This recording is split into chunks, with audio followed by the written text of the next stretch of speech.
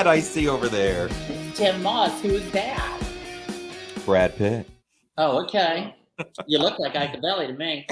I didn't know Brad Pitt looked like Ikeavelli. Brad Pitt's jealous. Yes, of course. How are you, Tim? I'm good. You'd never guess where I am. I am wondering because it does not look like the background I'm used to. Exactly. I am in Indiana. I came out to visit my dad. And while I'm here with my bestie, Nancy Kucharski. Nancy. Love Nancy. Nancy, look at Nancy. I know. Yes. Oh my God. I use so much Photoshop on that. I love that picture. Well, you look normal. I don't. No, honey. It's the Photoshop. No, well, you look the same to me. You're so cute. How are you all doing in Indiana? Good. It's like 75 degrees here today. It's dropping down to 40 tomorrow, but Oh, that's normal. It is. Climate change. yeah, but we're gonna sit outside after this at the fire pit. Good. And I hear you had some nice dinners. Yes. Oh my God, her daughter Hannah, she just got back from Italy and she has been making all this wonderful food. She made carbonara and tiramisu. She took cooking classes while she was there. Oh my God, I love being her guinea pig. It's fabulous. I bet the tiramisu tastes nothing like it does here.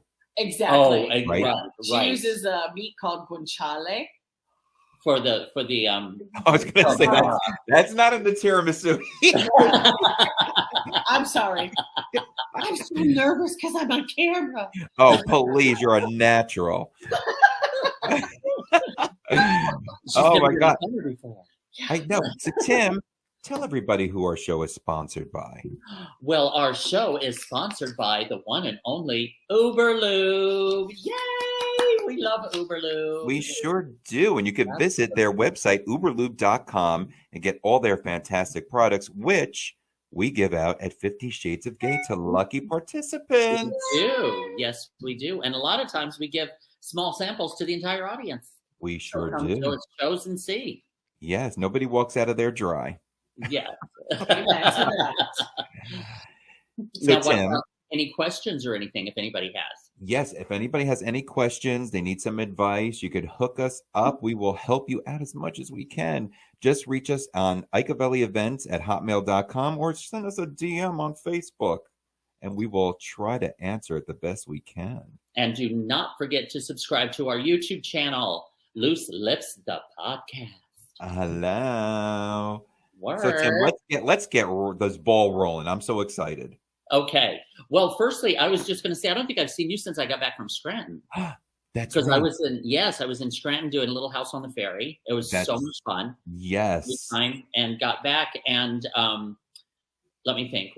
We've seen each other a couple of times. I know at events. Yes, right? That was wonderful. And we did 50 Shades of Gay in New York. Oh, right, duh. At I the forgot Copa. too. Yes. I forgot about that one. Right? So that was We've been doing so many shows, literally, I can't remember them all. But yeah, it's good stuff. Good stuff. Let me see. Oh, and this week I did a comedy. A friend of mine who's a comedian asked me to fill in at this comedy show. And I told him, I said, you do know I'm not a comedian, but I said I can put together like a 10-minute musical set. And I had a ball. Oh my God, it was so much fun. That's great. Where was that at? That was down at the St. Mark's Comedy Club. It's a new club. It used to be a restaurant that they've converted into a comedy club with a brick wall and the whole bit. It's wonderful. Is that downstairs? No, actually, it's at the back of the first floor. Yeah, it's new. They've only been open for a couple of months, I think. Yeah. We'll have to check it out. Yeah, but Christy Miller, she's performed there. And love her. Yeah, so yeah, it's a great spot. I highly recommend. Yeah, and then we also have coming up. You performed. When did you perform in Wilton Manors? In May? August. Well, I was down in May doing Little House on the Ferry down in Boca Raton, and then I went back in August and did my cabaret show at the pub. Right. Yes. And they wanted me to come back, so then to do a Christmas show, and I was like, Ike, hello, let's take 50 Shades of Gay holiday extravaganza down there. So we are taking that down there. Thrilled. Thanks, Tim, for bringing that up. That was awesome. Yeah, I can't wait. You have a show coming up in New York. Yeah, December 3rd. It is Mary. What child is this? and it's a holiday show, and it's going to be at the Triad Theater at 7 p.m. You can get your tickets at triadnyc.com. Yes. I will be there. Definitely. Oh, supporting. You're so amazing. Because I never get to just sit in the audience and watch. Well, now you can. And I'm grateful for that. Absolutely. All right. Well, so how about we? Yes. Our guest tonight, I love this guy. He can do it all. He's an actor, he's a singer, a dancer, even had a full scholarship to both the University of the Arts in Philadelphia and the Rock School of the Pennsylvania Ballet. And get a load of this roster here. I mean, I think he's been in more shows than Barbara and Patti LuPone combined. He's been in productions of Cats, Evita, The Lion King, Oklahoma, 42nd Street, West Side Story, Carousel. Wow. And Tym and I had the pleasure of seeing him own the role of Gaston in Beauty and the Beast. This past summer. Yes, in Massachusetts. Yes. Please welcome the multi-talented Jesse Luttrell. Hi. Jesse. I love that you gave me an extra job. You put me in the show The Lion King. I love that. Well, you know what? I didn't want to say Elton John because it didn't sound believable. But he was in Elton John? Or Who hasn't been at this point? Yeah, really? Exactly. Now he's retiring. How are you doing?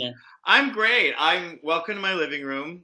Again, it looks like it's European Paris or something. Isn't it great? I love it. It's fabulous. You know why I painted it gold? Did you ever see the pictures of Joan Rivers' apartment? Oh, yes. It's like Versailles, and it's like, I was like, you know what? You know what would make this? And it's not a bad apartment, but it's an old pre-war building. And I said, you know what would make this really fucking gay is if I painted gold on the trim. So I did. Brilliant. It looks amazing. I love it. Lovely. Lovely. So now, I was reading your bio, Jesse, and a lot of stuff, you like the scholarships, Pennsylvania. Were you born and raised in Pennsylvania? Or? I was, and it's funny because Tym was just in Scranton. And I was born in the Poconos. I was born in East Stroudsburg. But I did over there. Oh, I don't remember any of it. I came out of my mom, and then they moved, leaving you there. Leaving me there on the mountain. No, we lived in Hershey, Pennsylvania, with my grandparents for a while, and we lived behind the Reese's factory, which was fun. And then for high school, I moved to a little town called Mifflinburg, Pennsylvania, which is in the middle of fucking nowhere. It's kind of near State College, but it's about an hour south of Scranton and Wilkes-Barre. Okay. And so this is in high school. So I was underage, but I wanted to go to the gay bars. I wanted to go to clubs. And back then we didn't have Grindr. We had gay.com. We had gay.com and AOL. And we used to call gay and phones with cords stuck to the wall. Yep. So I met some guys on gay.com that we all lived kind of an hour from each other because we were in the middle of the country. And we would just like chat every day on gay.com. And one day they were like, hey, let's pick Jesse up and we'll go to the gay bar in Scranton. And I was like, oh yeah, let's go. And I was 16, but nobody carded back then. Nobody fucking carded. So they drove me up, and the name of the bar was called Selections. Oh. And we called it Secretions. It was a tiny little bar with a little dance floor with mirrors around the dance floor, like they all were in the 90s. And I remember me and one of the guys who was also underage, we would be like dancing, and there were all these old chicken hawks around the dance floor watching us. But it was my first gay bar in Scranton, Pennsylvania. Wow. I think what's there now, there's not much anymore. I mean, there's Twist. There was a place that closed Twist. Twist was there when I was there, but I think it closed and it moved, and I had never gone. But I have a friend, Mary Ray Patch, who lives there and is from you met Mary. I love Mary. We did the Little House on the Ferry together in Scranton. And she does a lot. She does theater there, and she runs a theater, the Ritz, I think it's called. Yeah, she does some part of the Ritz. Yeah. Yeah. She works there or something. But she also does comedy, and there's a little bit of a scene there that they're trying to build up, I think, which I think is great because there's not much in that part of Pennsylvania. A lot of Pennsylvania. There's not a lot of Pennsylvania friendly anything. Oh no. Well, now, Ike, you used to live out in that area. Where at? I lived in a place called Albrightsville, which was anything but. And Michael Myers and Freddy Krueger were my neighbors. Deliverance. All wood. Yeah, all wood. But yeah, I remember, Scranton, Allentown. We used to go to Stonewall in Allentown. That's gone now too. Did you ever go to Cartwheel in New Hope? Do you remember Cartwheel? No, I didn't.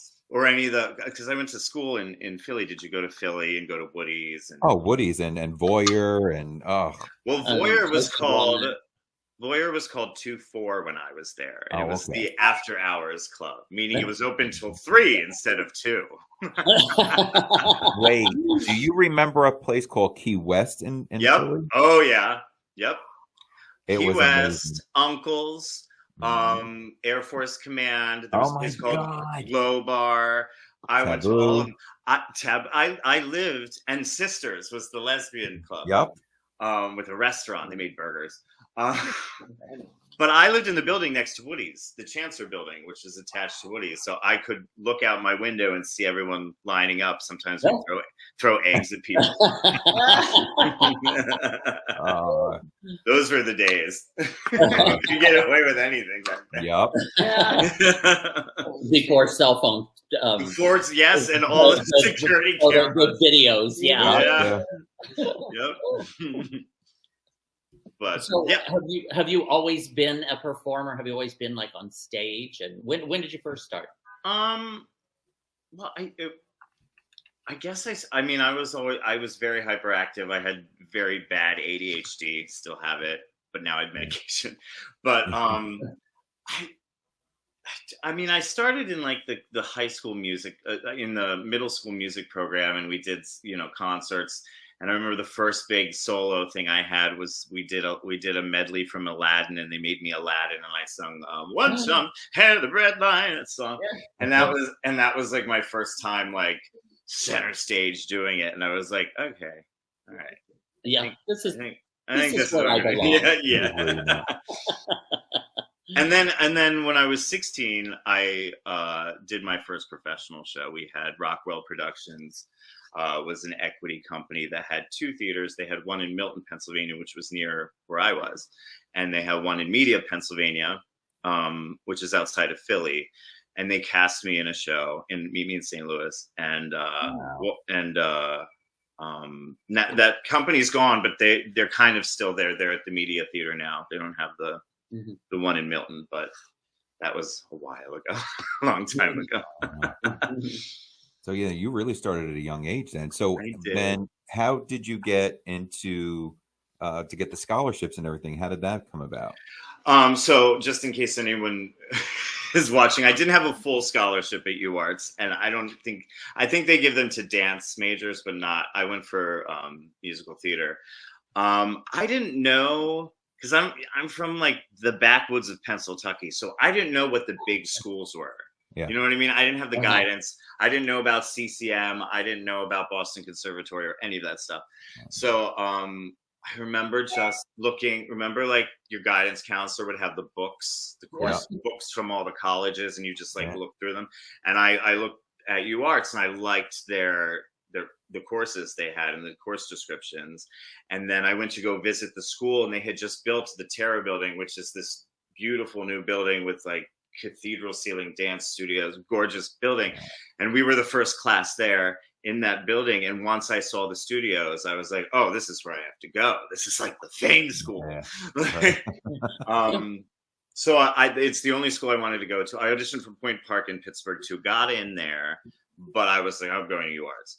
But I didn't it's a really good program. It's competitive, but I wish I knew about all the other options I had. I ended up leaving UArts because first of all, I couldn't afford it. It was crazy expensive. And I just wasn't ready for what they were teaching. I needed something before what we did there. which was Meisner. We did Meisner. Oh, okay. Oh, yeah. Yeah, and I needed a little something else, but it was they have a great program. They have great teachers, and I just needed to do, and I ended up doing ballet for a few years after. Yeah, that. how diverse though, right? You sing, dance. I mean, that's incredible. What a background. Plie. Plie. My plies aren't what they used to be. Yeah, I think I always said like ballet, because I had really bad ADHD, and when I started acting class for the first time at UArts, it was very hard for me because acting is all about being in the exact moment you're in, 100% focused in what you're doing right now. And people with ADHD, so we have, as human beings, we have 2 levels of thinking. We have our deep thinking, our creativity, and like, you know, like daydreaming. And then we have our regular executive thinking, which is, this is the task I'm completing right now. Right. People without ADHD can turn one off to do the other one. People with ADHD, we can't turn them off. They're both going at the same time at all times. So when you're in acting class and you have to focus on your scene partner, your brain's over here too, doing something else while you're doing it. So you're never 100% there. Yeah. So yeah. And I ended up doing ballet because with ballet, it's like math. It's either right or wrong. There's no interpretation in ballet. You're either right or you're wrong. And there's no subjectivity to it.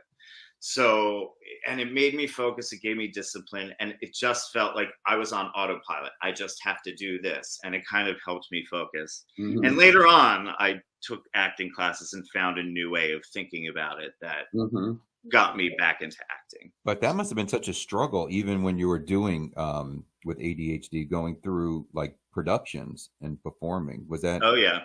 Yeah.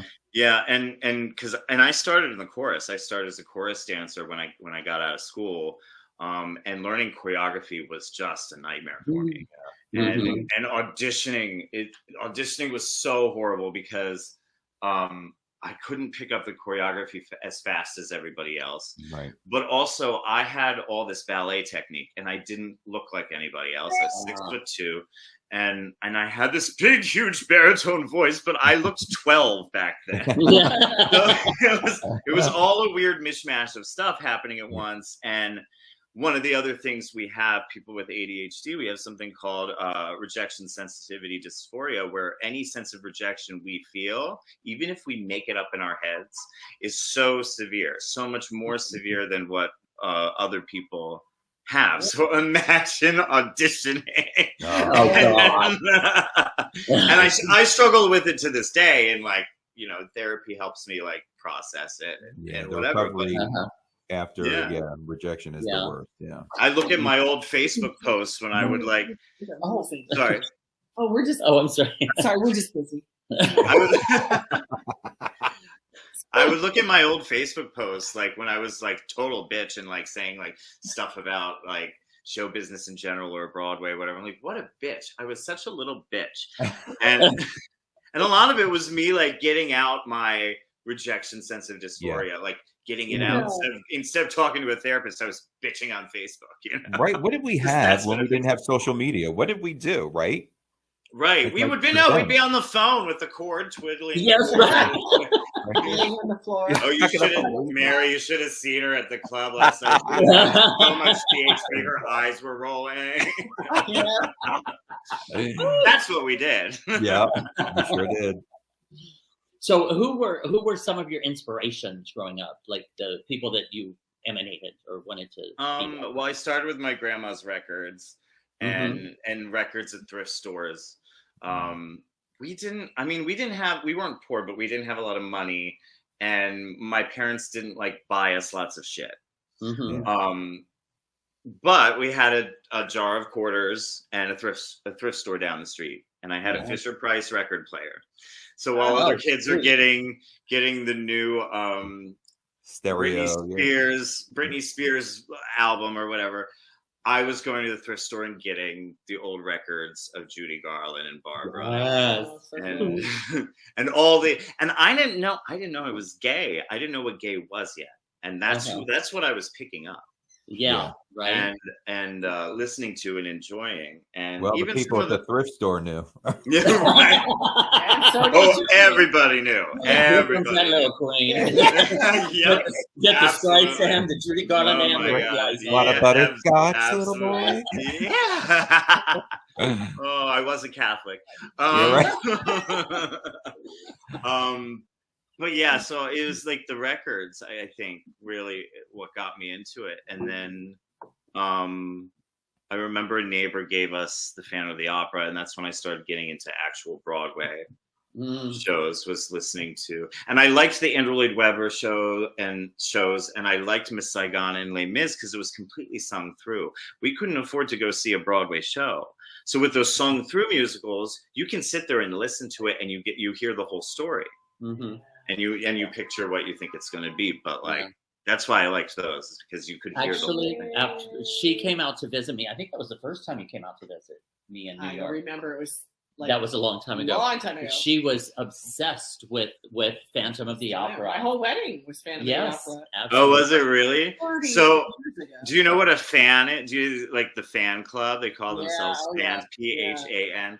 Mm-hmm. I wasn't one, but I was obsessed. I was the Phantom of the Opera for 4 Halloweens. Like it was my thing. I carried a Phantom mask down the aisle instead of flowers. That's amazing. Yeah. I love that so much. So what do you think about it closing? It's time. I think. Yeah, you think it's time? Yeah, I do. I don't think it's going to. I mean, it's going to close. It'll come back. And then it'll reopen a year later. Yeah. They're going to do what they did in London. They're going to scale it down. They're going to win a Tony for the best revival. Right. It's a plan. Right? You know what? Yeah. Speaking of clothes, and Patti LuPone will come out of retirement. Yeah, right. Of course. She'd be the best Madame Giry. She's so good. Yeah. Keep a hand at the level of your eyes. She'd be amazing.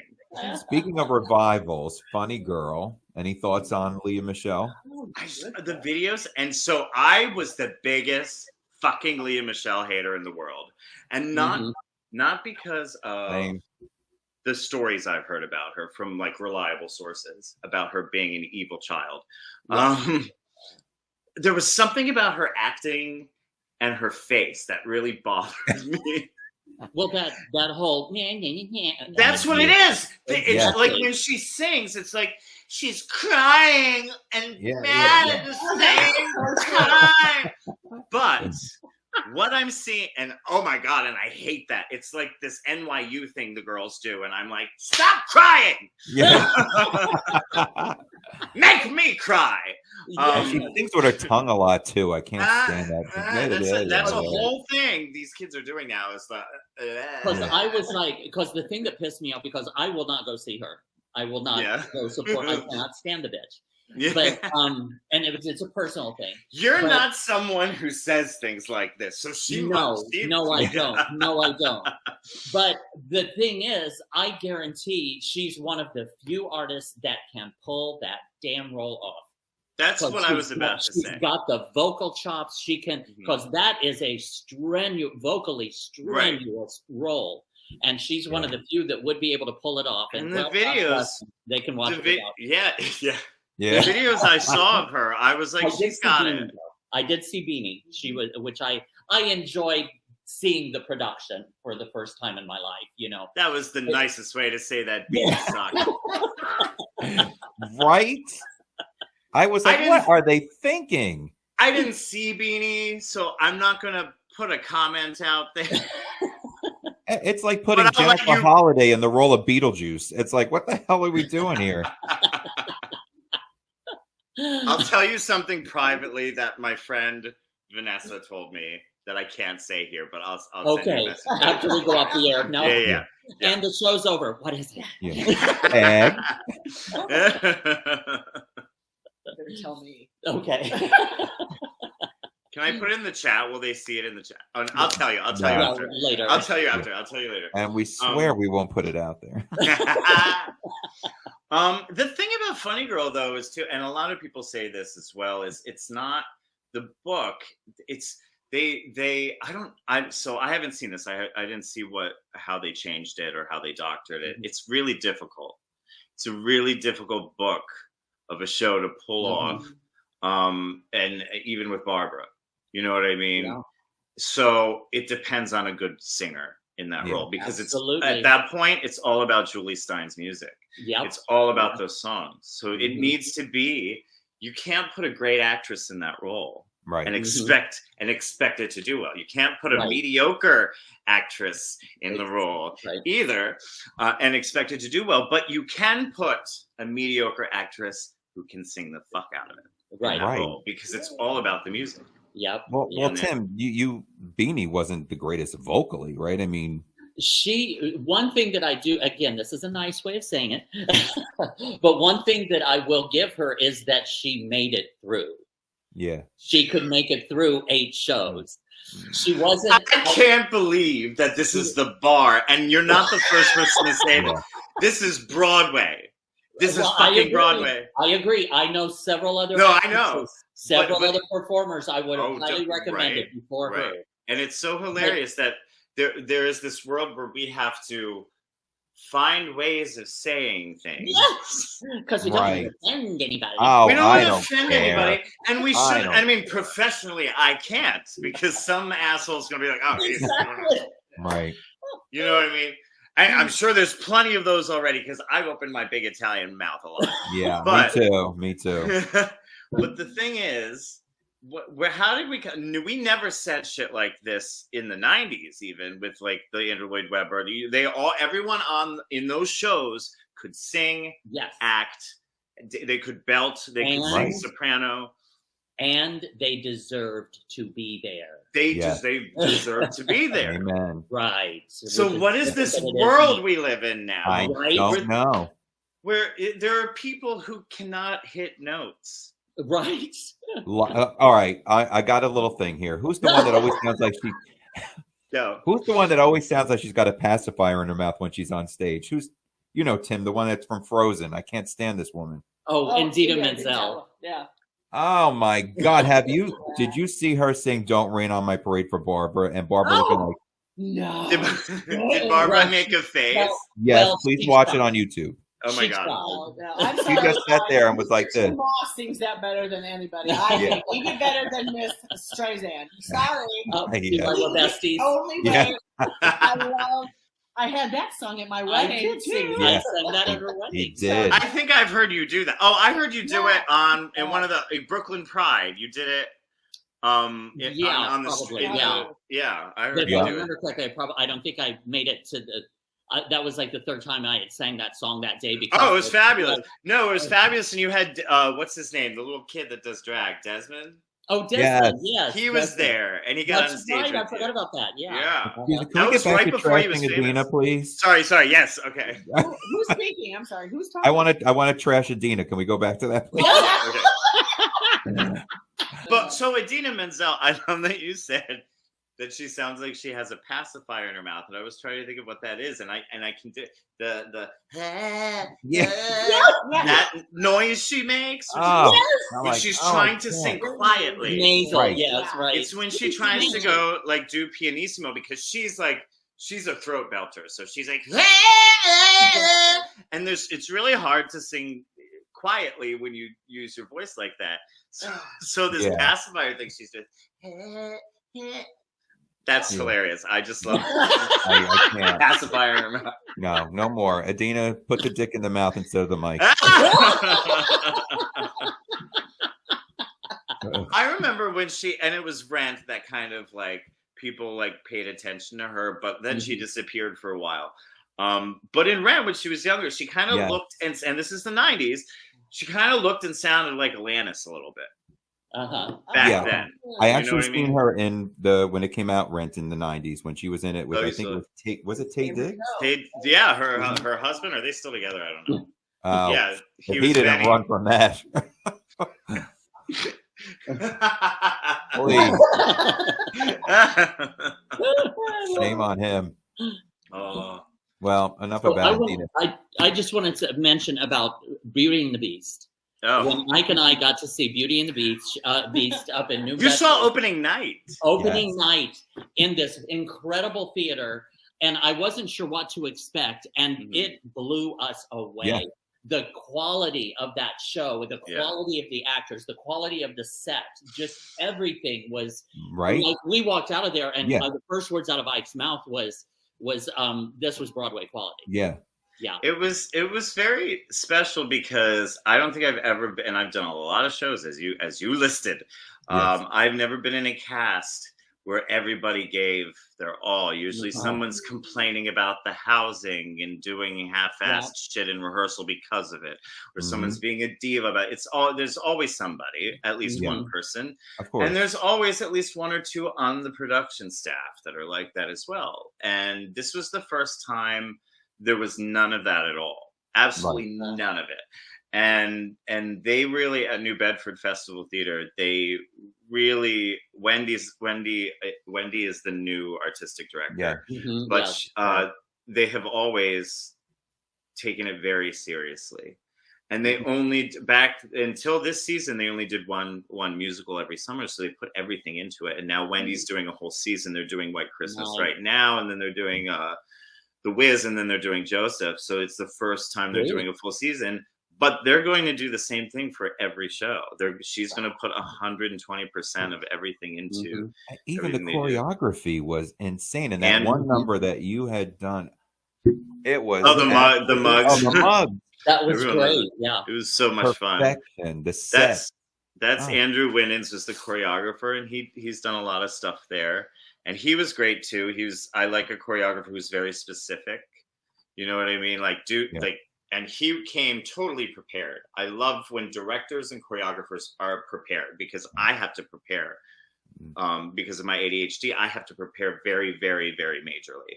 Yeah. And so I want the director and choreographer to as well. And he came in with the printouts from the software with it looks like a football chart where everyone stands and where all the formations for the choreography. Nice. And I went, here we go. This guy knows. This guy is going to do it right, and I'm not going to be pissed at him. So it was good. Yeah. Everybody did their job, and that's what you get.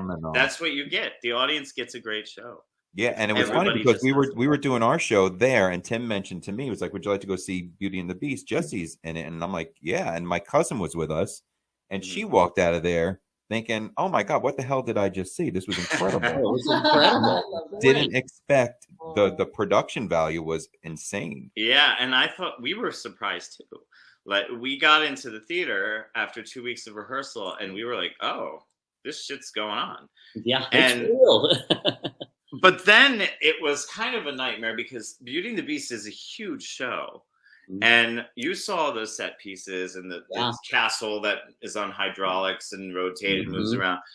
There was no room in the wings for all the set pieces and all. And you have to track all the traffic of all the moving pieces at all times. Right. And the whole thing didn't come together until like the day you guys saw the show. Because there was so many moving parts, and it was stressful because big shows like that usually you have like 6 weeks. We had 2 weeks. We had 2 weeks. We had 4 days of tech to put it all together, and that's summer stock, baby. It's just kamikaze theater, shooting you out of cannon. Go, and hopefully you don't die on stage. But hopefully you don't get hit by one of those moving set pieces. So I heard a rumor that Beanie was kind of a klutz backstage. She kept tripping over things, and that's why she was calling out, because she would get hurt. It wasn't because she was embarrassed. Her, or was Leah Michelle pushing her? No. I mean, there are worse stories of shows that Leah Michelle has done than her pushing people. Oh yeah, there are much worse stories. She's the Nancy Kerrigan of Broadway. Who was it? Somebody said she threatened to shit in their wigs or something. It was so crazy. So nice. I could see that. Yeah. Totally see that. I can see that. Mm-hmm. This girl's a sociopath. What's wrong with her? Oh my god. She's shitting in their wigs. Oh god. Never gonna work on Broadway. You're welcome. I love it. Well, speaking of Chock Full O Nuts. Yeah. Yes, we like to play a couple games on the show. Okay. This one is kind of soap opera-ish, like a telenovela. Oh, right? okay. Yeah, but we're gonna have a couple of characters here, and we are very lucky to have Nancy with us today. Yay! Who is going to be playing? And if you'll notice, all the characters have biblical names. I noticed that. Yeah. Yes. So, would you like to start the first episode of Chock Full O Nuts, Nancy, as the narrator? My pleasure. And also Eve. She plays And Eve. Oh, I thought I was the hooker at the water. Same thing. Okay. That sounds like everybody in this. That sounds like screen all of right us. now. We all share If that I title. wrote it, that's what it is. Wet hookers, the music. Yeah, right. Yeah, I like that. Hose. Chock full of hose. Sorry. All right. Chock full of hose. Chock- Yeah. I'm still stuck back at the pushing down the stairs, and I had a showgirls moment. So right to my nose, Gina Gershon falling down the stairs in that horrible movie. I'm sorry, still what's. Oh, I love that movie. I love that movie. I love Gina Gershon. Like you said, right. I'm trying to focus here, but my other brain is back here in Vegas. Yep. Welcome. Welcome. Tits Yeah, and people falling down the stairs. right. All right. All right, we're Solemn doing. maid, Eve walks into the study to bring her boss his cup of Earl Grey tea with one sweet and low and a squeeze of lemon. There's a knock on the door, and Eve enters the door. Good day, Abraham. Whatever are you doing here? I need to speak to Solomon right this minute. I can't let you in dressed like that. But after I lost my job and my wife died from diphtheria, thank you, these are the only clothes on my back. Is that Earl Grey tea with one sweet and low and a squeeze of lemon smell? Oh, but of course. Master Solomon has it every afternoon at 4. The last thing I drank was the salty tears that fell from my face when my wife passed. Blah, blah, blah. Eve, who is at the. You! You are not permitted in my beautiful 20,000 acres. Solomon slams the door shut on Abraham. Eve, my Earl Grey tea with one sweet and low and a squeeze of lemon is now cold. Unacceptable. Go, reheat. I cannot take down another tree and chop the wood for the fire. My rare disease is eating my flesh at a rapid rate. Doorbell rings, and Eve answers the door to find Lucifer, Solomon, and Abraham's rebel brother at the door. What the hell? That is right. It's me, right before your bloodshot eyes. Get out of my house. Oh, don't you mean my house? That's right. Before you set me up and sent me to prison, I had our mom sign over this mansion to me. Once she signed it on her deathbed, I pulled the plug. Ooh, girl. Ooh. There's a knock at the door, and it's Abraham. I told you to leave, Abraham. As a matter of fact, Solomon, you get out and take your flesh-eating disease Eve with you. Will Solomon get his mansion back? Will Eve's flesh fall into Solomon's Earl Grey tea with one sweet and low and a squeeze of lemon? Will Abraham get new clothes now? All these questions to be answered on the next episode of Chock Full O Nuts. And scene. Yes. Oh my God, excellent. Thank you, Jesse and That was Nancy. fun. Right? Now I we're love going to a have a cold little read. bit more fun. And Tim, why don't you explain how our next game is played? Okay, this game is called What is Jesse Thinking? Okay. And we each have little cards.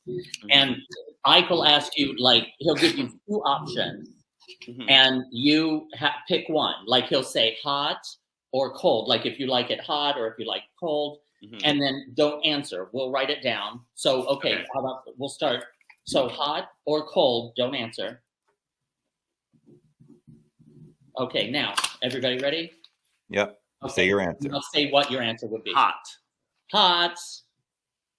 Okay, we all got it. Okay. So that's it. So okay. So now, next one. This is going to be rough, Jesse, but you have to pick. All right. Judy Garland or Barbara Streisand? Oh.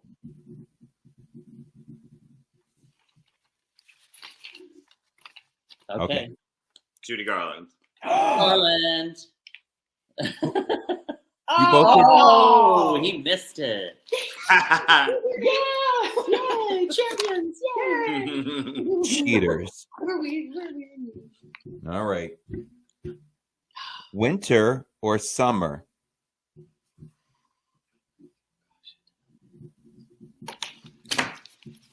Okay. Okay. Summer. Damn. Oh. I'm winning. Oh, shut up. Okay. Rope or handcuffs? Oh.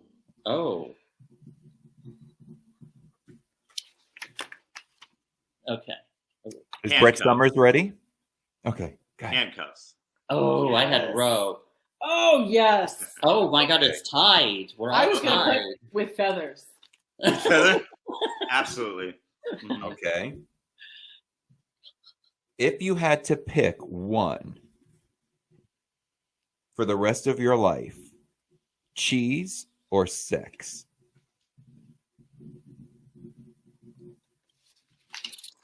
He's young. Remember, he's younger than us, you guys. And Italian. All right, go ahead. Sex. Bam. Oh, sorry. Cheese. I'm ahead again. You'll get to that age when you'll want cheese more than sex. That was the last one. Oh, I've got one. Oh, no. Okay. Right, Idina or Leah? What? What did you say? Idina Menzel or Leah Michelle? Oh, God. All right. Oh. One throat punch to both. That's all. I picked Leah Michelle. Yeah, I had Idina. I did it. She picked X.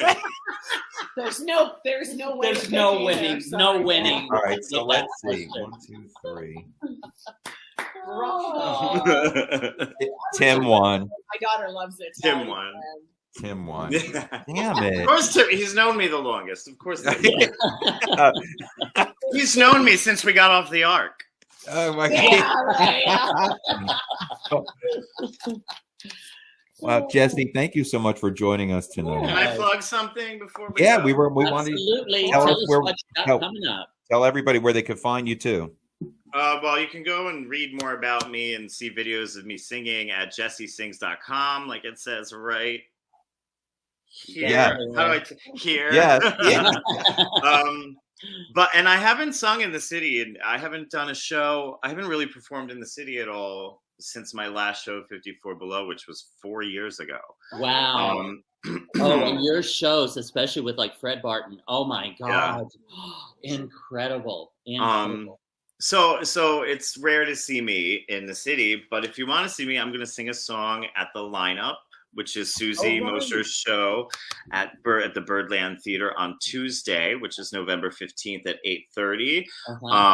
Now, it's a $30 cover with a $20 minimum. They have food if you want to have dinner, but you have to get tickets soon because it's her last show of the season, and there's lots of really great people in it. And the talent in her show is just... And Amy Irving's doing it. Oh, she is? How I've fast. seen that on the list. From Carrie, yeah. Yes. Yentl.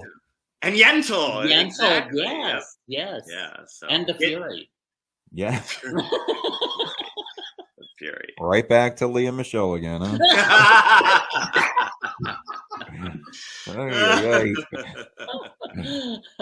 Oh, and you know what? Anything coming up like production wise or that you're interested in? Or that you can talk about yet?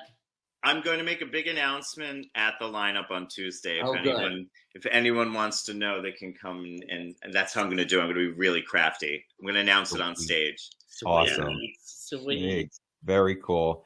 And Nancy, thanks for co-hosting with us. Oh, thank you, Jesse, for letting. It was good meeting you, Nancy. I've heard your name for so long, and it's like, I know him. Well, thank you again. And this is the part, Jesse, where we wave goodbye. I love you. Love you too. I'll see you soon. Idina rocks.